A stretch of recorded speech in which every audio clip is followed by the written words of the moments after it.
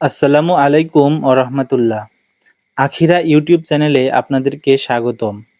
হজরত আবু বকর রাদিয়াল্লাহু তাআলা আনহু এর জীবনের আজকে শেষ পর্ব। ইতিমধ্যে হজরত আবু বকর রাদিয়াল্লাহু তাআলা আনহু এর জীবনী নিয়ে 12টি পর্ব আমাদের চ্যানেলে আপলোড হয়ে গেছে। আপনারা চাইলে দেখে আসতে পারেন।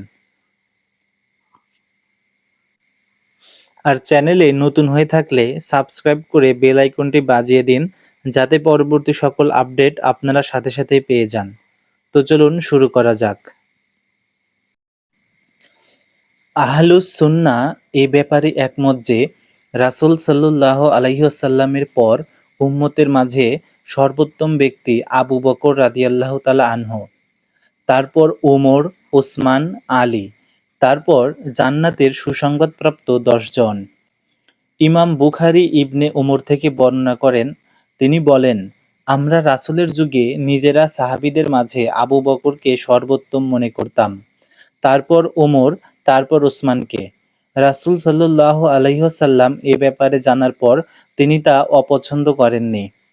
ইমাম আহমাদ বর্ণনা করেন, হযরত আলী রাদিয়াল্লাহু তাআলা আনহু বলেছেন, নবীর পরে এই উম্মতের সর্বোত্তম ব্যক্তি আবু বকর ও ওমর।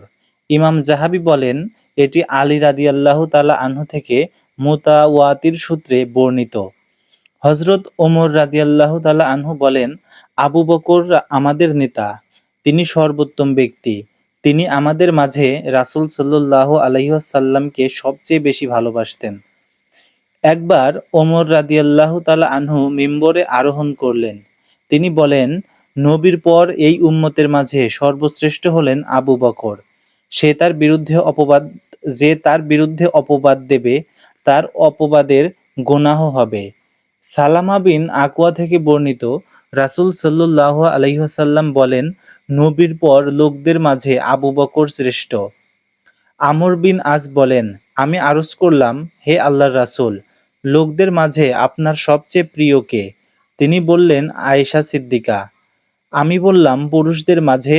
তিনি বললেন, তার পিতা আবু বকর। আমি বললাম, তারপর? তিনি বললেন, ওমর। আবু বকর রাদিয়াল্লাহু তাআলা আনহু এর পেশা। মক্কায় আবু বকর রাদিয়াল্লাহু তাআলা আনহু কাপড় ব্যবসায়ী ছিলেন। একজন ধনী ও প্রখ্যাত ব্যবসায়ী হিসেবে তার প্রসিদ্ধিও ছিল আরব জুড়ে। মদিনায় হিজরতের পরে এখানেও তিনি নতুনভাবে কাপড়ের ব্যবসা শুরু করেন। তিনি ব্যবসায় মেহনত করতে লাগলেন, আর সফলতা এসে আছড়ে পড়তে লাগলো তার পায়ে পায়ে। মক্কার মতো মদিনায় তার ব্যাপক সম্পদ না থাকলেও সাফল্য ও স্বাচ্ছন্দ্যে বিভাময় ছিল তার জীবনের প্রত্যাহিকে।